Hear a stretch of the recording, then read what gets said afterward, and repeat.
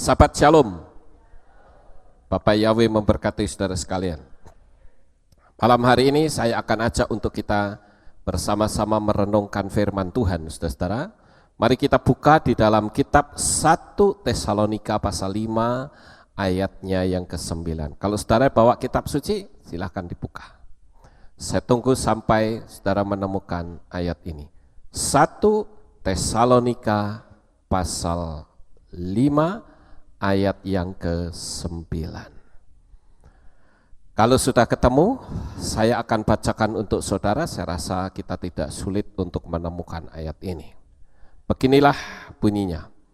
Sebab Elohim tidak menempatkan kita ke dalam murka, melainkan ke dalam pemeliharaan keselamatan melalui Tuhan kita Yeshua HaMashiach. Bapak Ibu Saudara, ketika kita melihat ayat ini, apa yang ada dan terlintas di pikiran kita?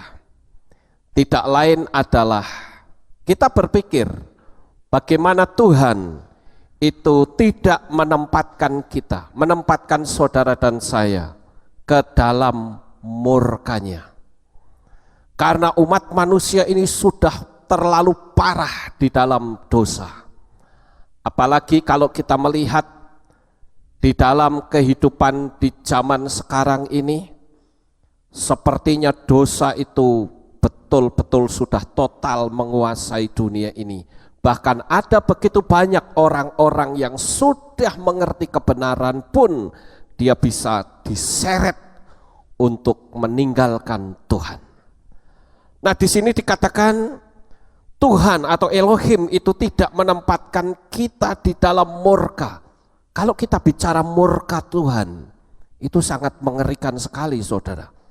Kalau Tuhan sudah murka, siapa yang bisa menghambat? Tidak ada satu kekuatan tangan manusia, bahkan kekuatan terbesar apapun di alam jagat raya ini yang bisa menghentikan murkanya. Jadi, kalau kita dilewatkan dari murka, kita perlu bersyukur karena kita ada dalam pemeliharaan keselamatan melalui siapa? Yeshua HaMashiach. Nama inilah nama yang sangat dahsyat. Tetapi setan juga tidak suka, saudara. Sehingga diplesetkan. Tidak berada pada koridor kebenaran firman Tuhan. Karena tujuan dari kuasa kegelapan itu adalah membinasakan manusia. Nah, Bapak Ibu Saudara yang terkasih, kalau kita berbicara tentang murka Tuhan, saya jadi ingat akan peristiwa yang terjadi di kota Sodom dan Gomora. Apa yang terlintas di dalam pikiran kita? Saya sering bertanya kepada beberapa orang, ketika saya berbicara Sodom dan Gomora, apa yang terlintas di pikiranmu? Selalu orang berkata, oh itu murka Tuhan. Tuhan yang marah terhadap kota Sodom, sehingga kota Sodom itu dibinasakan. Memang itu adalah salah satu dari murka Tuhan. Tetapi saudara, kalau kita melihat dari sisi positif, bukan kita lihat dari sisi murka Tuhan, sebenarnya Tuhan atau Bapak Yahweh, dia bukan sedang berburu dosa, tidak. Tetapi Tuhan sedang berburu orang-orang yang benar, yang mau menjadi reflektor kasih-Nya. Tuhan itu kan mengasihi manusia, saudara setuju? Tetapi Dia mewujudkannya melalui siapa? Dia akan mewujudkan kasih-Nya itu melalui diri kita masing-masing. Sehingga ketika orang melihat kita, orang akan melihat perbuatan Yeshua. Sehingga orang-orang akan tertarik dengan sikap hidup kita, yang mungkin dulunya ancur-ancuran, sekarang dikembalikan kepada posisi seperti yang Tuhan inginkan. Bapak Ibu Saudara yang terkasih, ketika kita tadi menyanyi, Yahweh adalah gembalaku, itu terdapat di dalam kitab Tehillim atau kitab Mazmur pasal 23. Di sana dikatakan Yahweh Roi, Lo Eksar. Yahweh Roi. Yahweh itu adalah gembala. Kalau gembala itu tujuannya apa saudara? Dia memelihara. Karena kalau saudara baca ayat itu akan nampak sekali pola penggembalaan Tuhan. Dia memberikan kesejukan, dia memberikan air, dia memberikan kehangatan dan seterusnya. Itu adalah seorang gembala. Nah, Bapak Ibu yang terkasih, tadi saya katakan bahwa Tuhan itu sedang berburu orang-orang benar. Lalu kalau dia berburu orang benar, akan disuruh apa? Disuruh menjadi juru syafaat. Kembali lagi kalau kita teringat akan murka Bapa Yahweh, kita diingatkan tentang peristiwa di Sodom, bahwa di sana hanya ada satu orang yang bersyafaat. Dan yang bersyafaat itu pun Abraham untuk Lot. Saudara, kalau kita lihat di situ kasusnya, Abraham itu bersyafaat. Dia berusaha untuk menarik Lot dari lumpur dosa. Tetapi keluarga Lot sendiri, dia tidak pernah menjadi juru syafaat. Saudaraku yang terkasih, ini bukti bahwa Tuhan itu berburu orang benar. Saudara bisa perhatikan bagaimana saat Tuhan terjadi tawar-menawar dengan Abraham. Ada orang benar, tetapi belum tentu dia bersyafaat untuk orang lain. Apa sih syafaat itu? Syafaat adalah sebagai intercession, menjadi penyambung hubungan antara manusia yang berdosa itu kepada Tuhan. Yeshua HaMashiach adalah intercession, juru syafaat. Dia adalah imam besar yang menyambung antara manusia dengan Tuhan, dengan Bapa Yahweh yang telah terputus. Dan disitulah Yeshua perintahkan kepada kita, pergilah jadikan semua bangsa muridku, baptislah mereka dalam nama Bapa, dalam nama Putra dan Ruach HaKodes. Jadi di sini saudara dan saya ini punya satu tujuan. Tujuan dari Bapa Yahweh yaitu menjadi juru syafaat, menjadi penyelamat bagi jiwa-jiwa yang ada di sekitar kita yang belum mengenal namanya, yang belum mendapatkan anugerah keselamatan. Saudara, kita harus ngerti bahwa iman kita itu berasal dari Ibrani, iman kita itu berasal dari Yahudi. Keselamatan itu datang dari bangsa Yahudi, bukan dari bangsa lain. Kita mesti pegang dulu ini saudara. Ketika kita sudah memegang ini, baru kita telusuri ke dalamnya. Siapakah sesembahan orang Yahudi? Bagaimana pola hidup mereka? Nah ini yang penting. Dan rupa-rupanya di situ ada satu sistem yang sederhana. Bahwa Yahweh dengan manusia sudah terputus hubungannya. Ketika Adam dan Hawa itu jatuh di dalam dosa, maka di situ harus ada penyambung kembali. Karena sejak manusia jatuh dalam dosa, tidak ada satu manusia yang sempurna.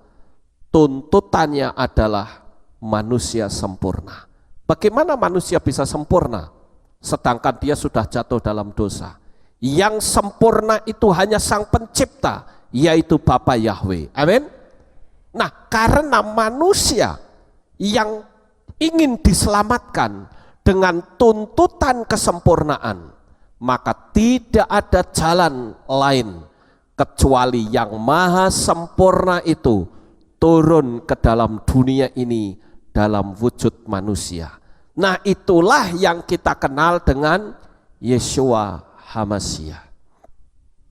Kenapa di dalam kitab Tehillim atau kitab Mazmur pasal 57 ayat yang ketiga tertulis Elohim Sebut Amu, dan di situ terkandung nama Yeshua karena dia adalah penyelamat kita. Manusia diberikan kebebasan dan hak untuk memilih. Salah pilihan akibatnya fatal. Dan sekarang ketika Yeshua itu sudah kembali ke Samayim, maka dia memberi perintah kepada kita untuk mewakilinya, sehingga kita ini menjadi reflektor dari kasih Bapa. Sampai di sini saudara bisa tangkap? Oke. Nah, oleh karena itu saudara, kembali kita berbicara tentang murka Yahweh. Karena Bapa Yahweh itu melihat keadaan kota Sodom yang penuh dengan dosa. Tentu Tuhan murka. Tapi yang Bapak Yahweh cari itu, siapa orang yang bisa berdoa syafaat bagi kota yang berdosa ini. Ini sebuah sistem, saudara. Jadi Tuhan itu menggunakan pola sistem. Sistemnya adalah dia akan pakai saudara untuk menyelamatkan orang lain melalui nama Yeshua HaMashiach. Bisa ditangkap? Oke. Nah, itu sebabnya saudara, ketika Tuhan berbicara kepada Avram, dia berkata, Avram, kota Sodom akan aku musnahkan karena kejahatannya itu sudah sampai di telingaku. Di situ Avram kaget saudara, loh, keponakan saya ada di sana. Jadi pikiran si Avram kemana? Ke keponakan, bukan ke kota Sodom itu saudara, tapi keponakan terlebih dahulu. Aduh, ada keluargaku yang tinggal di sana, aku harus selamatkan. Lalu disitulah terjadi tawar-menawar. Avram menjadi juru syafaat untuk keponakan dan tentu saja untuk kota yang ada di situ karena Lot itu tinggal di situ. Lalu dia berkata, Bapak Yahweh, apakah engkau akan memusnahkan Sodom? Jikalau di Sodom ada 50 orang benar. Karena waktu itu Avram berpikir, masa sih kota yang segede itu nggak ada orang 50 yang benar? Tapi ternyata Bapak Yahweh itu maha tahu saudara. Dia berkata, aku tidak akan memusnahkan kota itu apabila aku mendapati 50 orang benar. Disitulah Avram kaget, ya, bahwa ternyata di kota Sodom tidak ada 50 orang benar. Lalu dia memberi penawaran lagi, Tuhan boleh enggak kalau sekarang saya kurangi, jikalau ada 40 orang benar, apakah engkau akan memusnahkan kota itu? Kembali Bapak Yahweh mengatakan, aku tidak akan memusnahkan kota itu jikalau aku menemukan 40 orang benar. Bayangkan saudara, kota yang sebesar itu tidak ada 40 orang benar. Lalu pertanyaannya, di manakah orang benar? Ternyata tidak ada. Nah, Bapak Ibu yang terkasih, kembali Avram terkejut, lalu dia bertanya, Tuhan boleh enggak kalau aku kurangi? Kalau 35 orang bagaimana Tuhan? Ya, 35 orang yang benar, apakah kamu akan memusnahkan kota Sodom ini? Bapak Yahweh berkata tidak. Kalau aku menemukan 35 orang, aku nggak akan memusnahkan kota itu. Waduh, dia kaget lagi saudara. Bagaimana mungkin kota segini gedenya kok tidak ada 35 orang benar? Sekarang dia turunkan lagi di bilangan yang menurut dia paling kecil. Dia bilang, Tuhan, kalau misalnya ada 10 orang benar, masa iya sih engkau akan memusnahkan kota itu? Saudara yang terkasih, kembali jawaban Bapak Yahweh ini mengejutkan Abraham.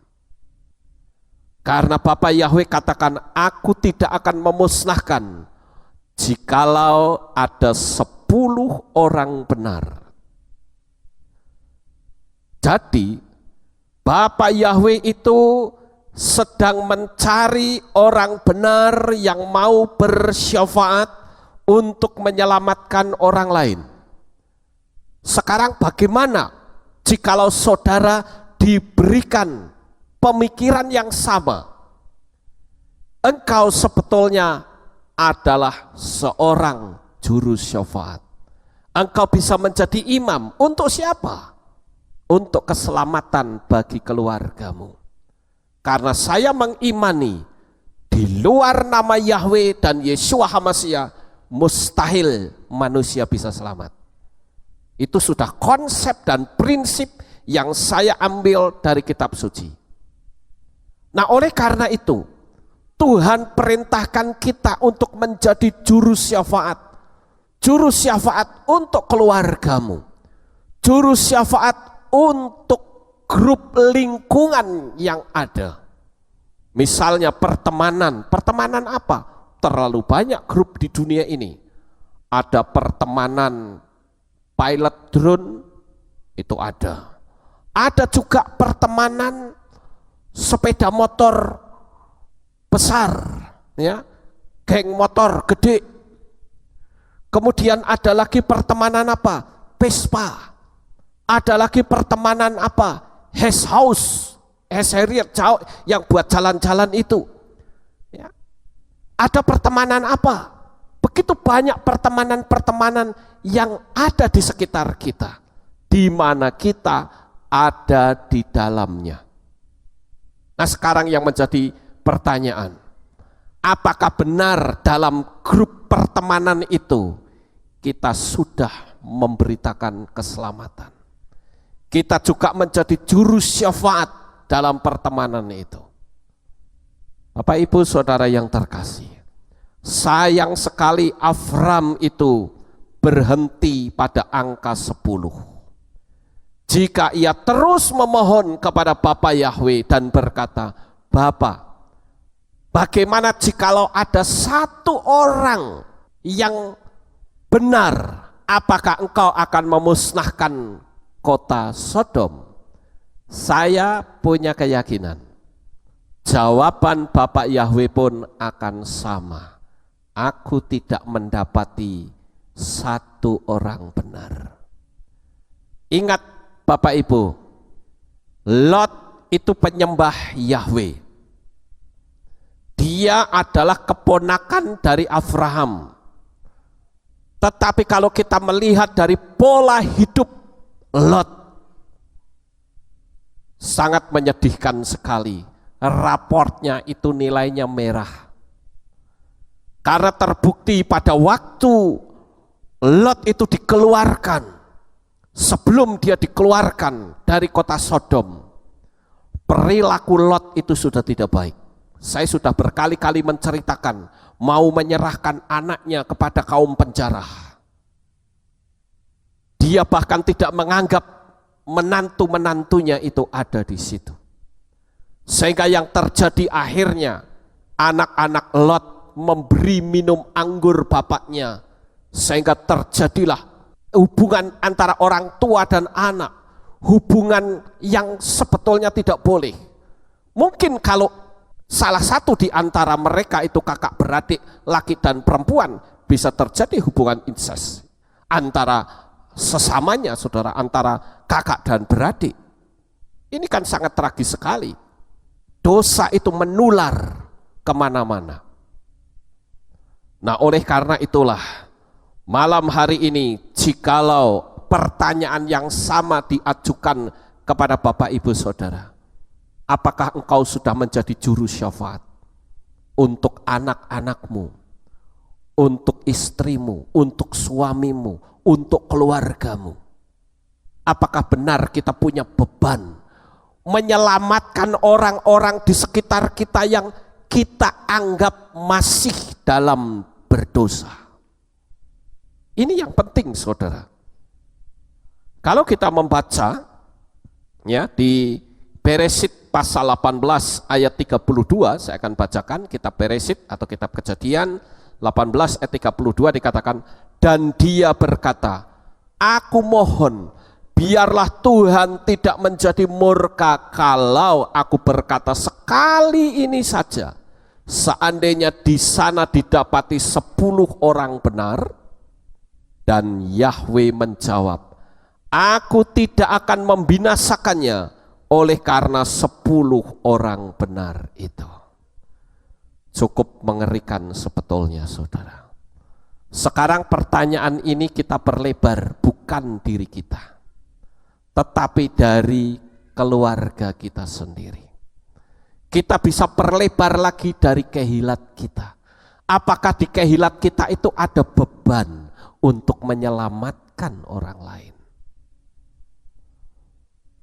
Di hari-hari terakhir ini, saat kedatangan Yeshua HaMasyiah semakin dekat, seperti yang kitab suci tulis, bahwa kejahatan itu semakin marak, semakin mengerikan. Jadi Tuhan itu punya keinginan, ayo kita bekerja menjadi juru syafaat. Tangisi orang-orang yang ada di sekitarmu, yang sedang ada dalam dosa. Pernahkah engkau menangis untuk orang-orang yang engkau kenal? Pernahkah engkau menangis untuk anak istri dan keluargamu? Kita memang tidak bisa memaksa mereka, karena Tuhan itu memberikan hak dan kebebasan untuk memilih. Tetapi yang Tuhan inginkan satu hal, jadikan kita sebagai juru syafaat, menjadi reflektor dari kasih Bapa sendiri. Bapak Ibu Saudaraku yang terkasih, Bapa Yahweh menghakimi dosa manusia yang ada di dalam diri Yeshua, yang saat Yeshua mati di atas kayu salib. Yeshua adalah Yahweh sendiri yang turun ke dalam dunia dalam wujud manusia. Dan ketika Yeshua berada di taman Getsemani, saudara, sekali lagi saya beritahu, Yeshua tidak pernah takut dengan tombaknya tentara Romawi. Yeshua tidak pernah takut dia ditonjok, dipukul oleh panglima. Tetapi yang paling Yeshua takutkan adalah ketika dia ditinggal oleh Bapa. Kenapa saya katakan bahwa Yeshua tidak takut dengan tombak orang Romawi? Seorang preman sekalipun, kalau ngerti di depannya itu ada bahaya, ada maut, dia akan lari terbirit-birit. Saya ambil contoh saja, ketika terjadi peristiwa pembunuhan di Jakarta beberapa waktu yang lalu, di Pulau Mas, saudara. Itu orang yang sudah membunuh tuh lari ketakutan ketika dikejar polisi. Masih ada rasa takut, karena dia tahu akan ada hukuman. Ya, jadi saya tekankan takut dihukum. Dan Yeshua, ketika tentara Romawi itu mencari dia, Yeshua bertanya, siapa yang kamu cari? Aku mencari Yeshua dari Nazaret. Berarti panglima itu kan tidak tahu Yeshua itu yang macam mana orangnya, tidak tahu. Dia bisa saja berkata, oh tadi saya melihat Yeshua itu lari ke sono. Tapi pahlawan kita bukan pahlawan pengecut, saudara. Ketika panglima itu bertanya, aku mau cari Yeshua, inilah dia orangnya. Dia seorang yang gentleman, berani menunjukkan siapa jati dirinya. Dan itu adalah pahlawan kita. Saat dia berada di Taman Getsemani, dia katakan, jikalau mungkin, lalukanlah cawan ini daripadaku. Karena dia tahu ketika dia minum cawan murka Bapa, maka seluruh hidup Yesua yang suci, yang kudus, mendadak sontak menjadi orang yang paling berdosa di dunia ini. Bukan dosa yang diperbuat oleh Yesua, tetapi dosa saudara dan dosa saya. Dia tanggung itu semua. Nah, Bapak Ibu Saudara, sebenarnya Lot itu mampu menjadi orang yang tinggal satu itu. Tetapi sayang sekali, Lot ini terpengaruh dengan orang-orang Sodom. Sehingga kehidupan Lot itu sudah tidak ada kebenaran sama sekali. Karena larut dan menyatu dengan orang-orang berdosa tanpa ada perbedaan sama sekali. Dan dia serta seluruh keluarganya lebih menyenangkan hati manusia daripada kepada Tuhan. Kalau saya melihat di situ ada cara masuk kuasa kegelapan, saudara. Lot ini dulu tidak pernah tahu tentang kota Sodom. Tapi coba perhatikan. Saya akan tunjukkan ada 3 ayat di kitab Beresit pasal 13 ayat 10, Beresit 13 ayat 12, dan Beresit 19 ayat 16. Di Beresit 13 ayat 10 dikatakan, dan Lot mengangkat matanya dan melihat, perhatikan kata melihat, ke seluruh lembah Yordan, bahwa daerah itu seluruhnya terairi sebelum pembinasaan Yahwe terhadap Sodom dan Gomora, seperti taman Yahwe, seperti tanah Mesir jika engkau memasuki Zoar. Pertama, Lot melihat. Karena di situ disuruh memilih.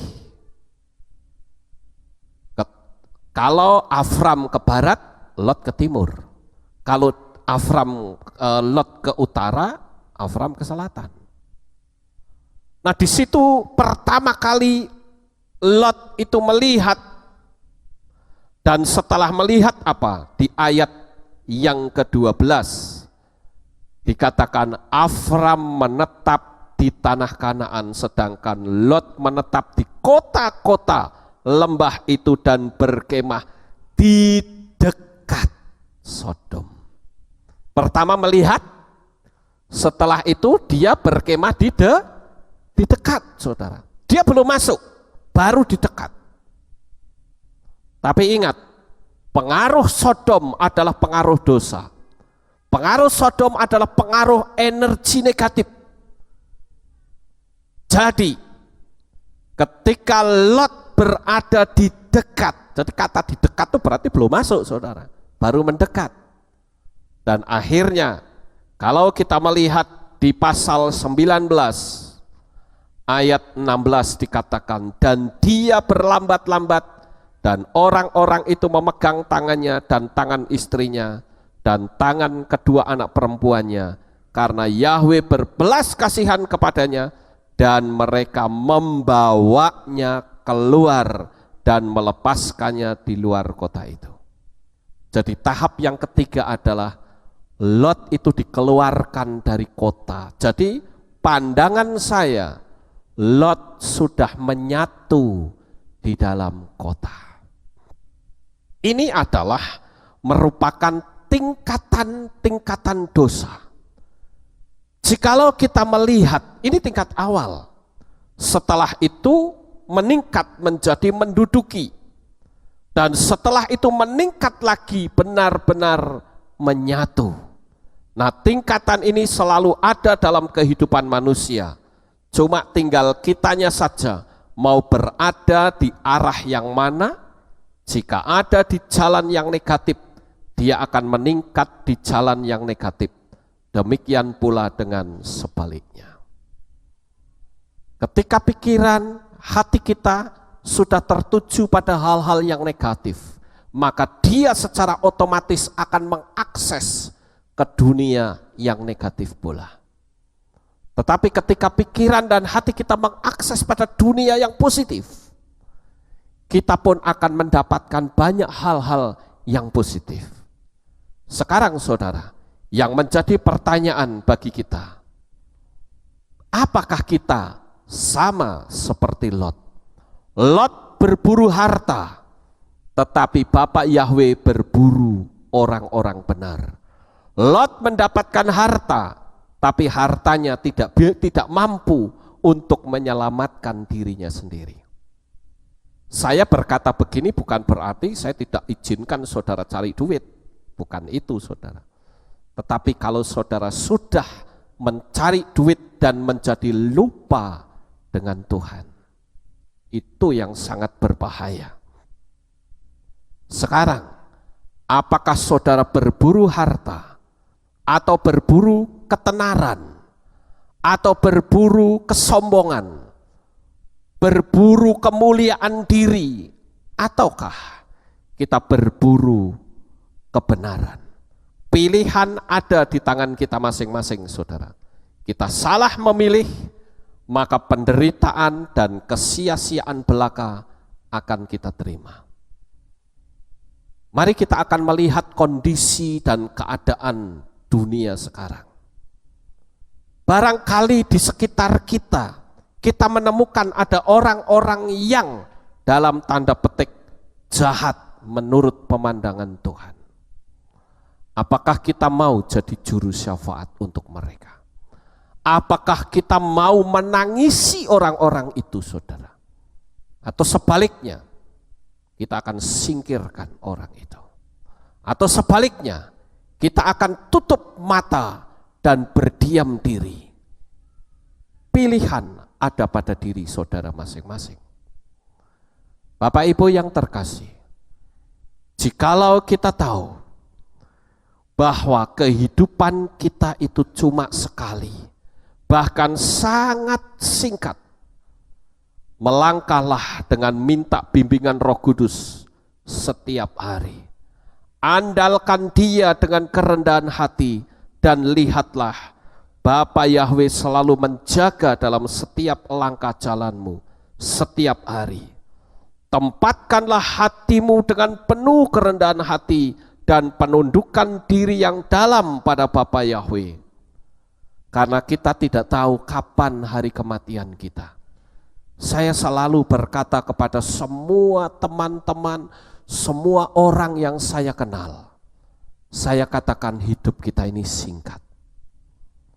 Kalau hidup kita ini singkat, kita harus cari siapa yang menyelamatkan kita. Tuhan itu memberikan kebebasan kepada manusia untuk memilih. Saudara bisa datang ibadah malam ini juga, itu pilihan saudara. Saudara bisa saja malam ini tidak beribadah. Saudara nggak peduli ada ibadah kayak apa tidak, yang penting ini malam menjelang tutup tahun aku mau seneng-seneng dulu. Apaan emang ibadah terus? Bisa saudara lakukan itu. Kita hidup di dunia pilihan-pilihan. Saudara datang ke sini pun dihadapkan dengan pilihan. Saudara mau naik mobil, mau naik angkot, atau mau naik becak, dipilih lagi. Setelah masuk ke dalam pun saudara memilih lagi. Saudara mau duduk di belakang, mau duduk di depan, mau duduk di samping, atau di tengah. Dihadapkan dengan pilihan. Setelah di dalam pun akan diperhadapkan dengan pilihan. Apakah saya akan Facebookan pada waktu saya mendengarkan firman?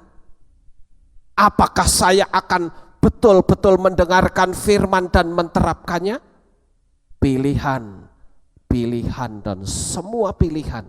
Kita hidup di sebuah pilihan. Oleh karena itu kita harus mampu untuk memilah-milah mana yang kita pilih, yang menurut pandangan kita adalah suatu kebenaran. Bapak Ibu Saudara yang terkasih, kalau kita sudah memahami bahwa hidup itu sangat singkat, Jangan sampai pada saat kita mati dan saat kita membuka mata, ternyata di depan kita itu hanya api belaka. Saudara tidak membawa suami, saudara tidak membawa istri, tidak membawa anak, masing-masing harus mempertanggungjawabkan pribadi lepas pribadi. Makanya saya mengatakan, kita jangan sampai misalnya nih, karena saya suka mendengar ada orang berkata begini, saya nanti dibaptis setelah suami saya bertobat. Ya kalau bertobat, lah kalau tidak, dan Yesus belum datang, apa yang terjadi? Ada lagi yang berkata, nanti saya akan datang kepada Bapa Yahweh, kalau anak saya mau terima dia. Ya kalau terimalah, kalau tidak. Keselamatan itu sifatnya pribadi lepas pribadi, saudara. Dan kita bukan sekedar mau beragama. Yesua juga tidak pernah membuat agama baru. Yang Yesua ajarkan tidak lain hanyalah Torah. Dan tidak ada peraturan di atas muka bumi ini yang tidak berasal dari Torah. Cuman hanya divariasi saja. Nah, oleh karena itu saudara, mari kita akan belajar. Belajar untuk membuat sebuah pertanyaan sederhana. Tuhan, kalau hari ini saya mati, kira-kira apakah saya sudah dapat kepastian keselamatan? Mungkin kalau pertanyaan seperti itu bisa dijawab sendiri dan berkata begini, oh saya pasti sudah dapat keselamatan. Lalu siapa yang menyelamatkan? Ada orang yang berkata, oh saya pasti mendapatkan keselamatan sekalipun saya tidak menyembah Yahweh. Buktinya mana? Buktinya ada damai sejahtera katanya. Saya katakan, dunia ini pun bisa memberi damai sejahtera. Jadi ukurannya adalah bukan damai, tetapi ukurannya adalah ketika saya mempelajari sebuah kepercayaan, sumbernya dari mana? Lalu apakah yang saya percaya ini persis dengan sumber yang ada? Kalau tidak, beranikah kita melangkah keluar dari yang bukan dari sumber yang ada? Karena ini menyangkut keselamatan, saudara. Bukan menyangkut keagamaan. Kalau kita sudah berbicara tentang kapan kita mati, iya kalau kita tahu. Tapi kalau tidak, kita harus selalu berkata, kalau saya mati hari ini, saya yakin saya pasti selamat karena saya punya pegangan yaitu kitab suci di dalam Bapa Yahweh dan Yeshua HaMashiach dan Roh Kudus. Ketika kita punya konsep itu, tinggal satu langkah lagi. Kita menjalani atau tidak? Ketika kita menjalani, berarti kita ada pada jalur dan koridor patronnya Tuhan, ada dalam sistemnya Tuhan. Saya barusan sore tadi mendapatkan WhatsApp dari orang yang tinggal di Hong Kong, saudara. Dia bercerita kepada saya. Dia katakan, Pak Lukas, bantu kami dalam doa. Ya. Saya adalah seorang yang saat ini sedang mengalami kebimbangan yang luar biasa. Saya sedang dicekam rasa takut yang hebat. Lalu saya tanya, kenapa seperti ini? Setelah dia memperkenalkan diri, menyebut nama, dia katakan, saya sebetulnya hidupnya mapan. Saya punya seorang suami, orang Hong Kong. Dan kami keluarga bahagia. Sekali waktu, suami saya lari maraton bersama dengan teman-teman. Dan ternyata suami saya kena serangan jantung mendadak dan mati. Sekarang saya kebingungan. Bahasa kanton saya itu sangat terbatas. Saya tidak bisa lagi melihat bagaimana ke depannya. Saya sedang kebingungan dan ketakutan. saya sekarang baru saja mendapatkan pekerjaan, tapi sayang, saya tidak bisa beribadah di hari Sabat. Saya tanya kenapa? Karena bos tidak mengizinkan ibadah. Tiap hari harus masuk. Lalu saya katakan, utamakan Bapak Yahweh. Saya tanyakan juga, apakah di sana ada? Di Hong Kong, penyembah Yahweh. Ada Pak, persekutuan kecil. Kamu masuk ke situ. Tapi sekarang saya tidak bisa ibadah. Saya bilang, berani ambil langkah? Bapak Yahweh pasti akan tolong. Cari kerjaan lain. Dan Tuhan pasti akan bela. Dia bilang amin, saya akan coba untuk bicara terlebih dahulu kepada bos saya. Saya akan katakan kalau saya tidak bisa ibadah hanya dalam waktu 2 jam itu, saya akan keluar. Bagus. Dulu salah satu jemaat di tempat kita ada yang tidak punya kerjaan. Lalu berdoa minta kerjaan, saudara. Dia mendapatkan pekerjaan sebagai pengisi bahan bakar bensin di SPBU. Tapi ternyata tiap ibadah tidak bisa ibadah. Karena jamnya selalu benturan terus. Lalu dia mengatakan, boleh enggak kalau saya di jam ibadah, saya tak ibadah dulu? Tidak boleh.